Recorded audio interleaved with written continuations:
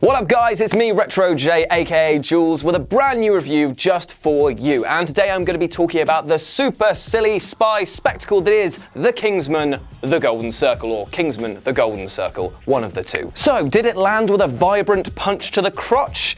Well, the answer is a big, fat... Yeah, it was pretty good. It was okay. Actually, you know what? It's much better than okay. It's actually a very fun film, and it's an aesthetically pleasing ride if you can switch your brain off, filled with lots of heart, humor, and hot damn, did you see that guy get impaled? However, as with any sequel, and certain presenters who have left amicably, might I add, and I'm still on good terms with, might I add, even further, these sort of things will get judged based on what came before, however harshly that might be. Now, I loved the first film and how it carried itself with a sense of confidence across its silly action, set-piece, heavy, joyous ride. However, here in The Golden Circle, that confidence did seem a little bit shaken, and as a result left me feeling less than stirred. James Bond. Basically what you've got is a film that follows the same tonal beats as the first one. It's set-piece heavy, there's a bar fight scene, there's lots of witty dialogue, and there's a villain which will make you question whether or not they're on the right side or whether they're just absolutely evil. There's also the forced sexual jokes that make you feel a little bit crimey, but more on that later. The problem is that while this film mimics its older brother, all of these nods to the original only serve to highlight the fact that they were better done in the first film, as this one doesn't really take these set pieces or ideas and elevate them in any particular way. It falls into the sequel trap of being bigger and louder, but unfortunately that doesn't equal better. Now, I don't want to come across as being too negative. The film is very enjoyable. The fight choreography is on point. The action set pieces are fantastic, as is the humor, which while being lesser than the original, still hits more than it misses, and for the most part, this is acted spectacularly well.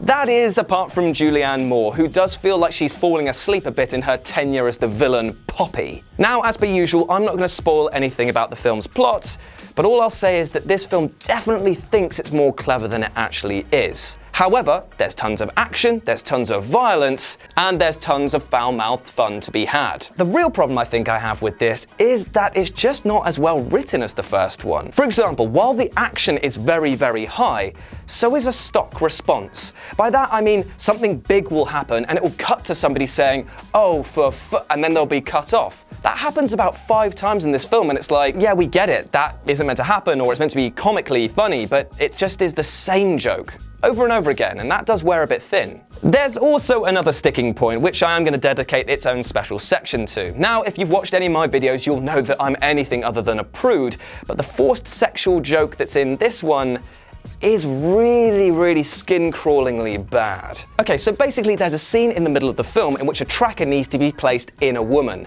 and I do mean in. So yeah, fill in the blanks for that one. It's really out of place and is a real tonal shift which just is uncomfortable to watch. It's very similar to what they did in the first film when they dropped the anal thing at the very end. A lot of people watching that were just kind of like, well, that came out of nowhere and it's kind of really dumb. This is the same, but somehow even worse. The strangest thing is that it's not actually played for laughs. It's meant to be quite an emotional scene, and as such it makes it even weirder. I mean, when Ben, Peter and I saw it, all of us were basically like, well, this is disgusting, and it actually felt quite insulting. It was that dumb. But I guess that's what Kingsman is at its core. It is silly, it is over the top, and it is provocative.